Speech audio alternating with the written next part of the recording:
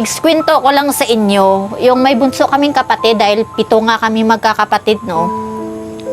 Si nanay ay, mga bata pa kami, iniwan kami ni nanay. Tapos, si nanay nawala sa amin ng mahigit 16 years, diba? Nakwento ko na sa inyo. Tapos, nung nagpakita ulit si nanay after na malalaki na kami, na gano'n na balitaan namin na sa isang lugar na doon siya spotted, nakikita siya lagi. So, pinuntahan siya namin, mahirap kami noon, wala kaming makain, wala kaming bigas. Nabi ko kay nanay na, Nay, wala kaming bigas doon sa bahay, pwede bigyan mo kami, sabi niya sa amin. Wala na akong anak. Di ko kayo obligasyon. Tinaboy kami ni nanay. Nasaktan kami noon na lumaki kami na sa isip namin. Pero nung nakita namin si nanay na sa kabila ng lahat na pagtaboy niya sa amin, nung nakita namin si nanay na ganito ng sitwasyon ni nanay, hindi namin pinabayaan si nanay. Inaccept namin si nanay. Alam niyo mga kamigs, kung may nagawa mang hindi maganda yung mga magulang natin, si Lord na yung bahala. Ang importante, inalagaan at tinanggap natin sila kahit sila yung may pagkukulang, di ba? Nakikita lahat ni Lord yan. Kasi kahit hindi mo hilingin kay God yung mga blessings, yung mga prayers mo, kusa yang binibigay dahil hindi ka nakakalimot sa iyong mga magulang. Tandaan po natin, dapat huwag natin bigyan ng sakit ng ulo, problema yung ating mga magulang kapag okay pa sila.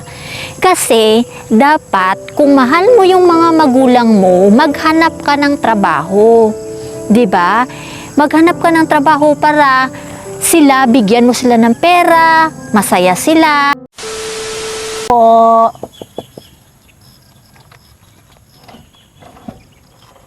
Tao po.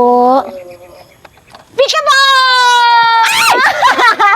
Ay, ang puking, taguan, puking! Ang puking!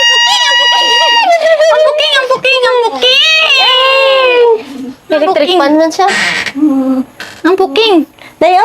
Syupaw mo daw. May dala kami nga, tinapay, kag paborito mo, siomay, and then siopaw. Yung mga sudan.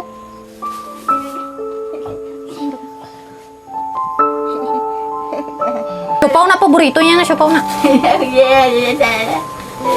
Lipay naman sa nanay, Basta ara kami, di. Dahil nahidlaw mo si nanay, simuta, Ha? Halata, grabe ka daw ni nanay, ta. Naidlaw ko sa guwapa mga bata? Na? Naidlaw ka?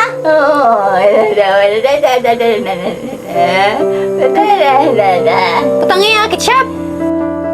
Mga kamigs, ito pala yung ginagamit ni nanay sa pantawag sa nagbabantay sa kanya if ever na napupupo na siya, naiihi, or nagugutom, may gusto siyang kainin. Ito pala yung pantawag niya sa nagbabantay sa kanya. Raba ng buhok mo. Nanay na minahon. Bye-bye! Ititit mo. Hindi na pustiso mo. Nanay, di ba, nay? Lapit na, check up mo, nay, no? Tapos, ang imo nga therapy.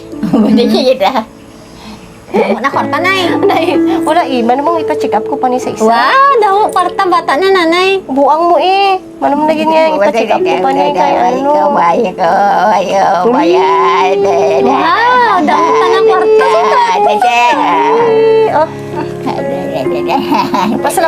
Pasalamati lang na. Babaalang nanay. Alam na. Ang kwarta mo na, arada na ya. Ang balon mo lang karon na. Bye-bye. I love you. Bye-bye, Nay.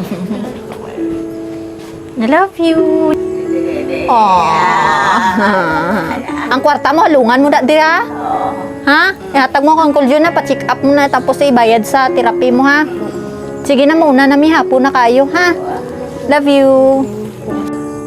Mga kamigs, hindi ako naniniwala, mga kamigs, sa kasabihan na alagaan mo yung mga anak mo kasi balang araw ikaw naman yung aalagaan nila. Depende kasi yun, mga kamigs, sa anak. Sa totoo lang, tulad namin, hindi naman kami inalagaan ni nanay, Pero, inalagaan at tinanggap pa rin namin si nanay, inaruga namin si nanay. Yung sabi ng iba, alagaan mo yung mga anak mo kasi balang araw aarugain ka din nila kasi maganda yung trato mo sa kanila. Hindi. Bis may opinion lang yun yung sabi ng iba. Pero para sa akin kasi mga kamigs, alagaan mo man ang anak mo or hindi, kung talagang mahal ka niya, aarugain ka niya.